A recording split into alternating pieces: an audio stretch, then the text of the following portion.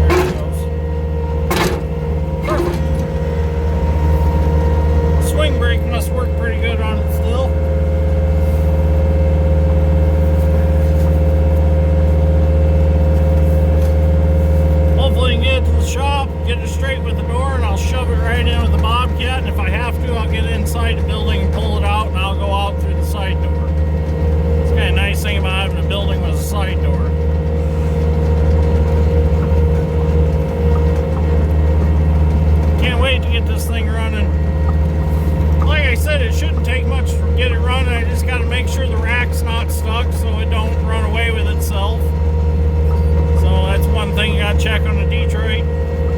You don't want them running away from themselves. We got to make sure that the air dam works good, so if it does, we can flip that and kill the motor. And also I'll keep a piece of plywood on hand to throw over the intake if it does get out of control and I can't get it shut off. We'll just suffocate the motor.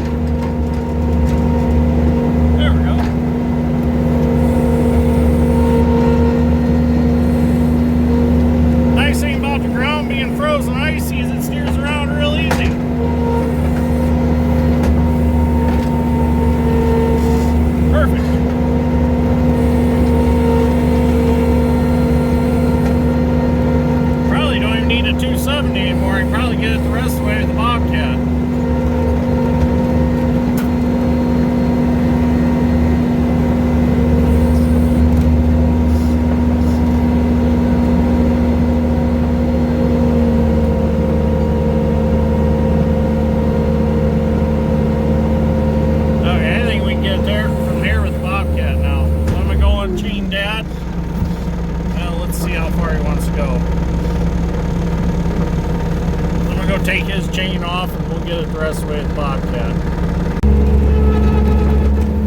Alright, we're going to do the rest of the Bobcat now. A little rough out here.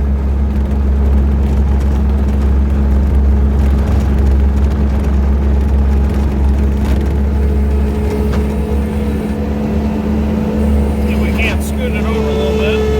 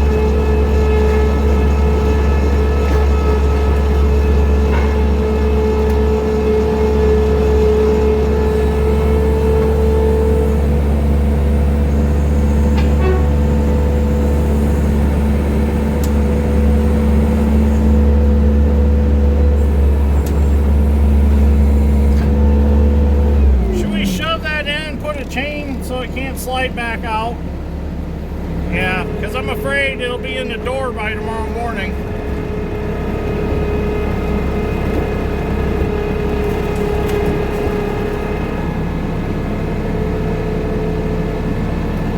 There must be no oil in the cylinder right now for the telescoping part, because we can shove it in and out. So we're going to chain it up so it can't slide back out. We don't want it to hit the door.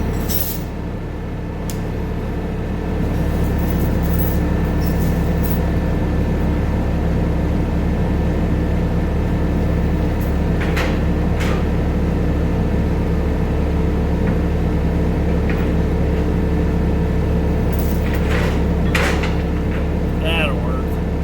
That'll make it safer.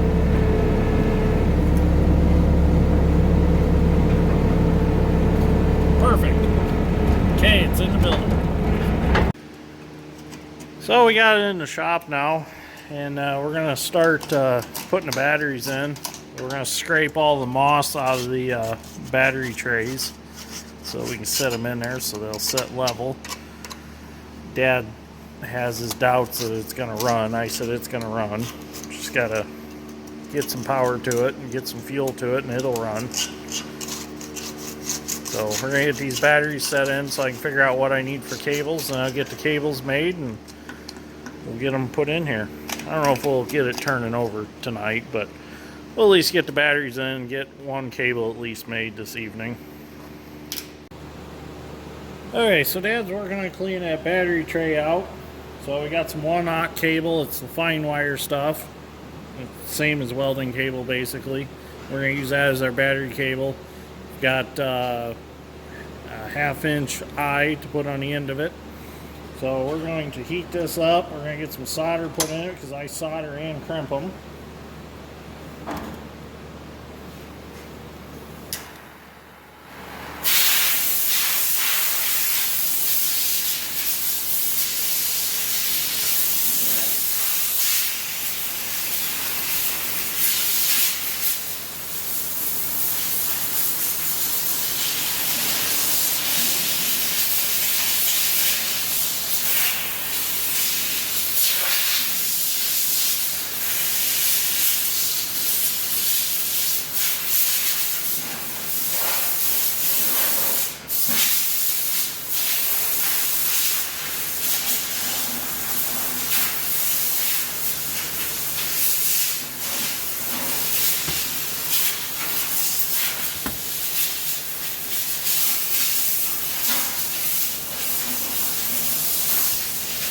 Lost a few wires out the side, but that's all right. We'll cut them off, trim them off.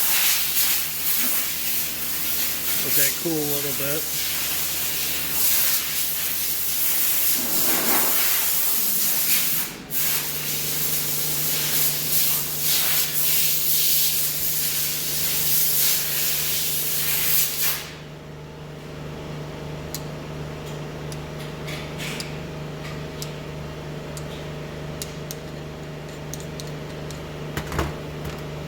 Now we're going to crimp it.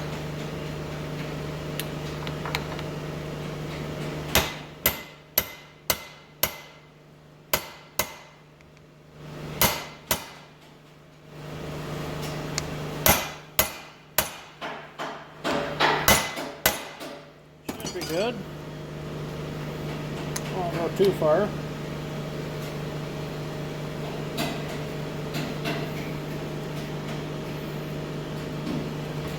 Clean a few more of them off just a little bit, trim them up.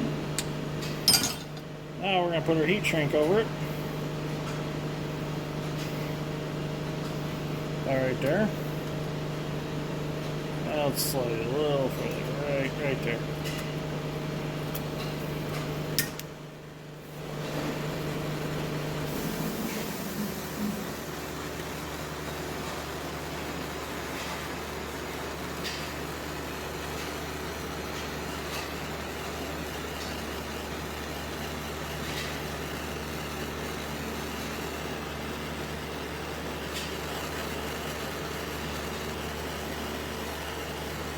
And there we go.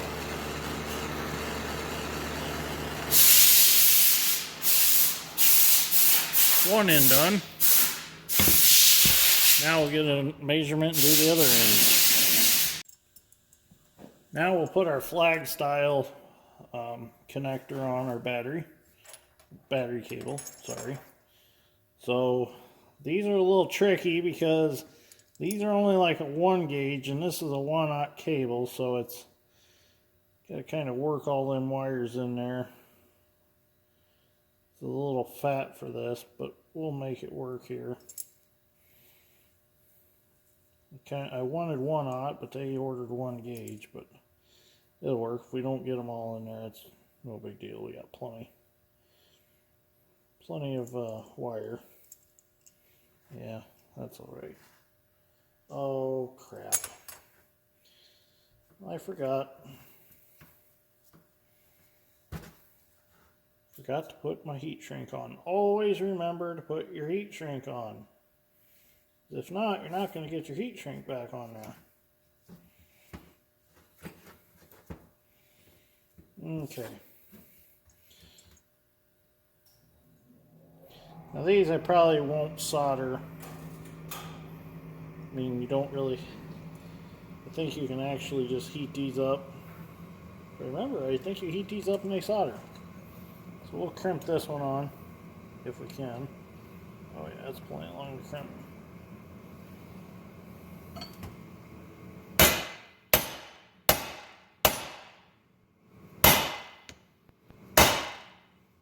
Got her down to our 1/0 spot. There we go. It's crimped on. We can actually heat up a little solder and dribble it down in there. We'll do that real fast. I always like to solder as much as I can, just to be safe. Where'd my solder go? I just had it. Oh, it's on the floor. There it is.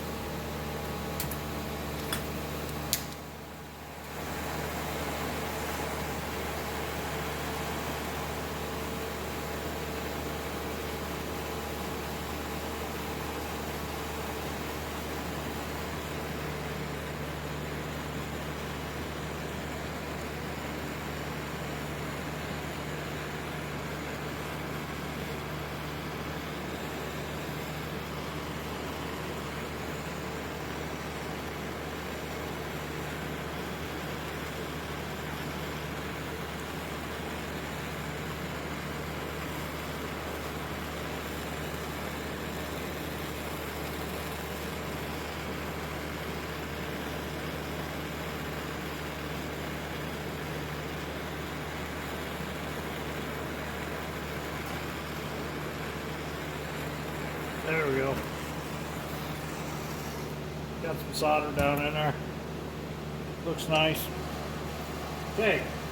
Now I got to figure out from here to the next battery how long I need, and I'll have to cut that out with another piece of cable. Okay, so I went ahead and I put this together off camera here. I ended up putting 2 pieces of heat shrink here because I wasn't too happy with this one. Was a hair short. These are only little short pieces I got off Amazon. So I just stacked another one on here to make sure this was a good sealed up connection. So now we're going to move on to putting this end on, which this end is just one of your normal straight battery connectors here. So it's very important now, since this is going to go from positive to the next positive, that we get this one properly clocked to this one. So as you can see, when it goes on your post, your battery, this is tapered. So this is the bottom and this is the top. So it's got to be just like this so they're not tipped. Well, there is flex in these cables, but if you had a really stiff cable, you wouldn't be able to do that very easily. So we're going to make sure that we get this in the right position right off the bat. So we get this stripped back. Just going to take my cutters here and go around. We don't want to get too deep.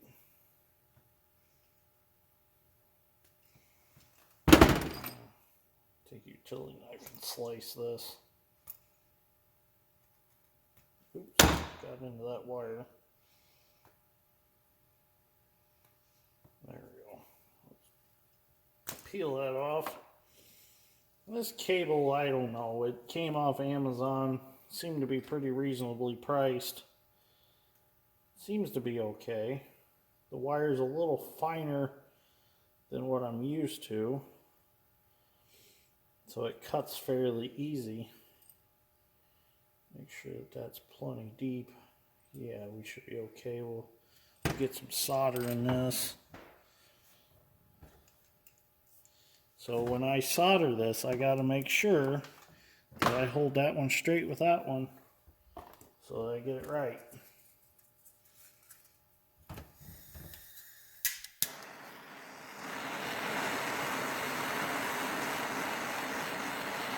Without getting my fingers burnt. Oh, darn it. Hang on a minute. We'll grab some heat shrink real quick. Okay, got me a piece of heat shrink. I hate to get that put together and realize, oh no, I forgot my heat shrink. So let's go back to getting this hot.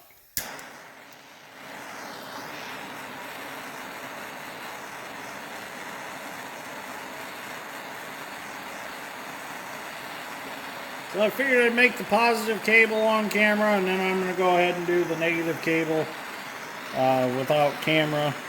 That way I can speed through it, get it done real quick.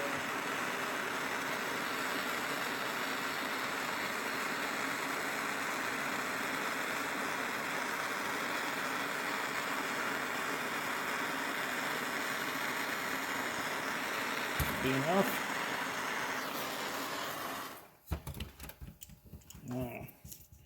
It's going to be kind of tricky without getting my fingers burnt. There we go. I have to trim a few of them wires off.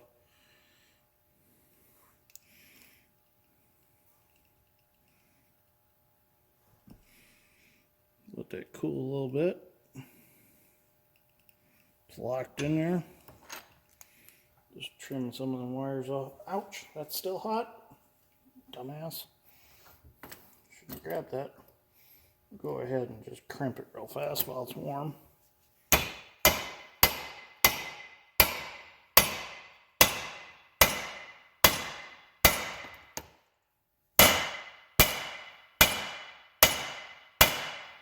Now for you guys that have never crimped battery cables, this is a battery cable crimper. We're doing a 1/0 cable, so we need to bring that down to 1/0. It's got 3/0, 1/0, 4, 8, 2/0 on this side. You got your 4 and your 2 and your 8 on that side also. But you just see what cable you have, and you bring this down till it is on that line, and that's far enough.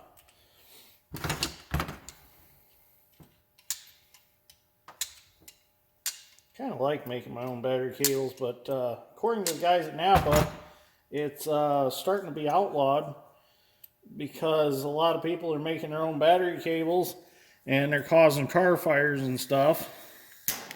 Well, it's not my problem. Learn how to use the equipment.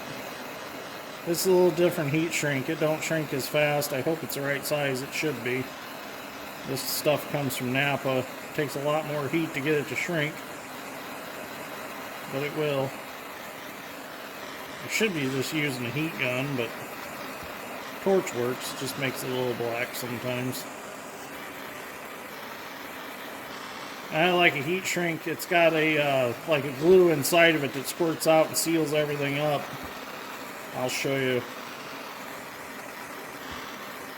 That should be good. It actually, I don't know if you can see it here on camera, but it squirts out of there and it seals really good. It's really good stuff. So there we go. We have our one positive battery cable all made up for the Gradall.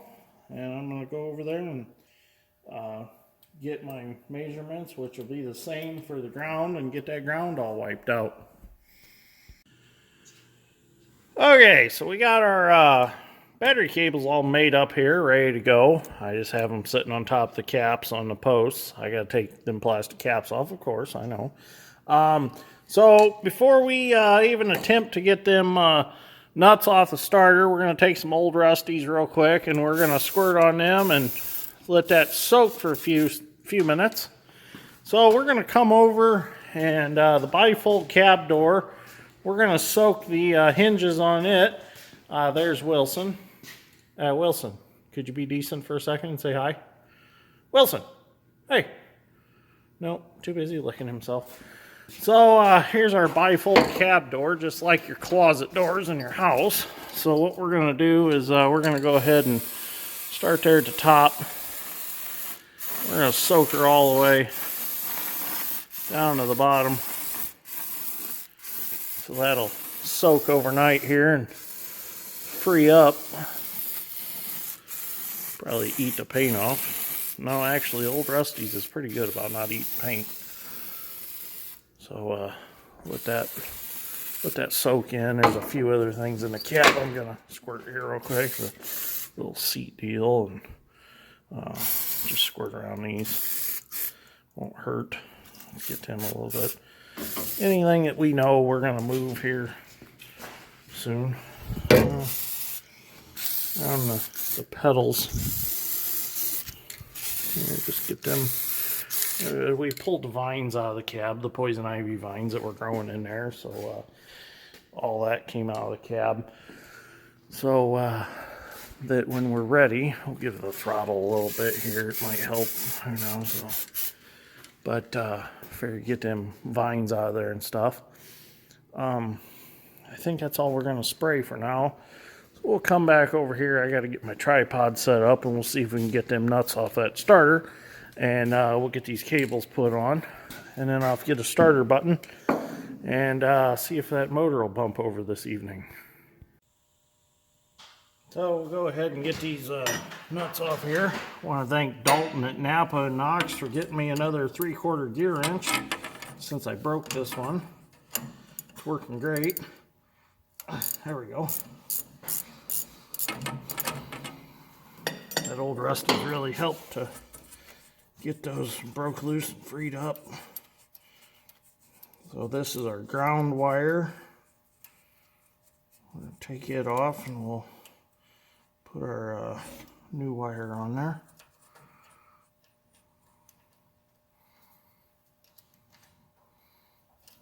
Get that old one off behind there.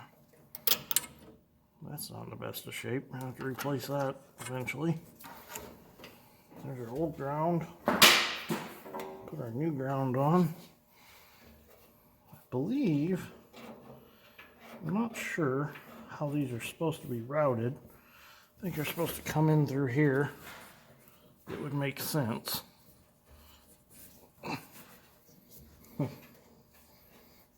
it goes. I have to replace some heater hoses too. Okay, we got our new ground wire snaked up through there. Uh-oh. That one's a little, I have to clean that up to get it on that post. Let's see. Let me guess, I grabbed the wrong one laying on the bench, put the wrong end on it. But that's okay. We can make that happen. So let me go fix that. Okay, so just simple as taking a step drill bit. I never knew my real one. Taking that and drilling that out to 1/2 inch. No problem. Worked out real good. Get that worked back in there between that frame. Oh yeah, perfect. Slid right on there that time. So we need to put this back on there. I got slid over there. We're gonna have to fix the eye on that. Kind of got a little wild with the drill and kind of took a chunk out of my thumb there. Should have my safety glasses on, I guess.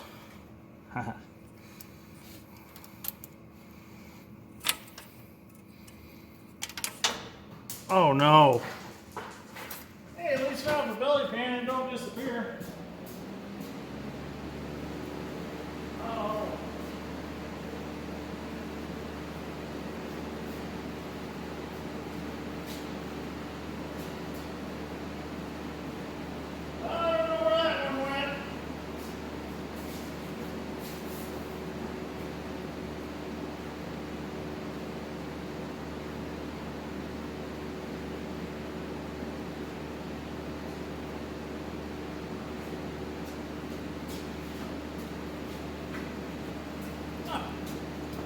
Well, that one's gone. I don't know where it went.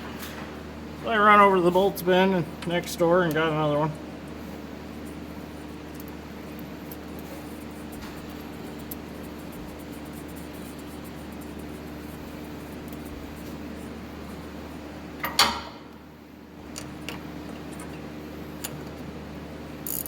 I guess I should have brought the tripod light over here. I apologize for that, but figure, well, wasn't going to take super long to do this.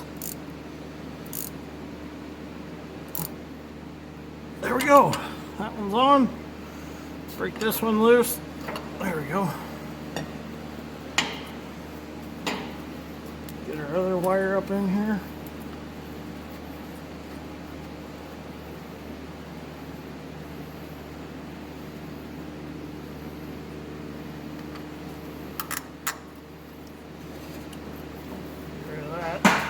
That crap no more. Okay, I'll fish this one up just like we did the other one.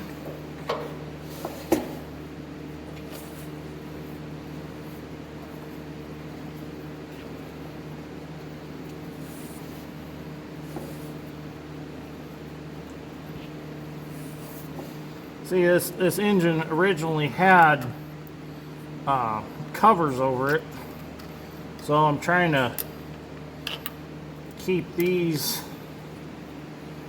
from going where the cover's set. That'll work for now. Just leave that up like that. I don't want it laying on the other terminal. I don't know if I can route that any differently. Can't really come out from the backside, but I want to make sure that if I ever find the covers for it, these aren't in the way of putting the covers on.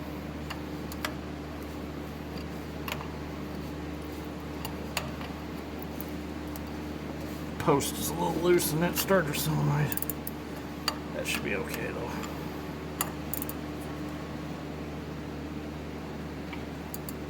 There we go. Good and tight. Except for that moving in that starter solenoid a little bit. Nothing we're going to do about that right now. So let's go down and get them put on the batteries. So now we're going to go ahead and put our battery cables on. Got me some big meal wipes here because my hands are a little nasty. And this wrench is nasty from working on the MC. It's laying over on the welding table, so I'm going to clean my hands up a little here with some big meal wipes. And dry that off of my shirt. Take these caps off these batteries. Can't, a little tough to get off. I'm going to grab my Nipex little pliers here I carry in my pocket and pull them off.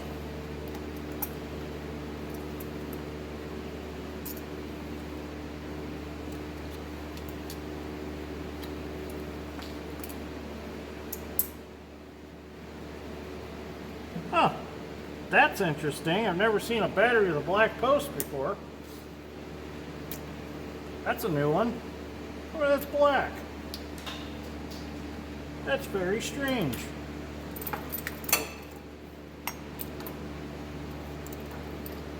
Go ahead and get our positives on here. Well, let's put our negatives on first real quick. Make sure there's no twists in our cables. I'll run these under this hose. This one too. Okay, that's better. Now I left these cables kind of long, that way if something happens along the way and I need to, oh, grab the wrong wrench. If something happens along the way and I need to put a new end on or something of that nature, got extra cable to work with. Just use the Nipex pliers, they work awesome for this. Now I'm going to tighten them super tight. Well, we don't seem to have any draws because we don't have any sparks, so that's a good thing. If we had a draw on the machine, we'd have a little sparkage, but we don't have any sparkage, so that's a good thing. Okay, so tighten this up and our battery cables are done. We've got 12 volt to the Gradall. So in theory, Wilson, it should turn over. Wilson's over here watching me. So Wilson agrees, in theory it should turn over. So we'll get a starter button. I don't think the starter button in the cab's gonna work. The wiring doesn't look that promising. So we'll just grab a starter button. Okay, we're up here in the cab, and I believe this is our starter button. So let's see if anything happens. The fuel lines are so bad it don't have no fuel to it, so there ain't no risk of it even starting to take off with itself. So let's see what happens. Oh!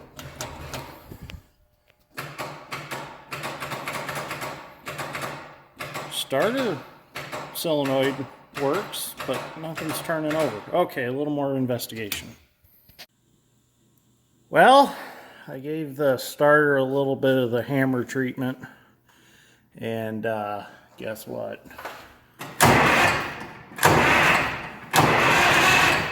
She's not stuck. She was just a little bit stiff. So we met our goal tonight. We got it to turn over. So if you like this episode of Dirt Grain Steel, and you want to keep following this project, give me a like and subscribe. Next thing on the list is we're going to get fuel lines done. There's a couple of wires that I want to fix, like right here. These ones are going to get fixed. And I've got to do a couple coolant hoses, and she should run. So, like I said, if you like this episode of Dirt Grain Steel, give me a like and subscribe. Keep watching. We're going to make this a functional piece of equipment again. And for the viewers that ask me if I'm going to use it, yeah, I'm going to use it. So that's why I got to get it back up to snuff and get it running good.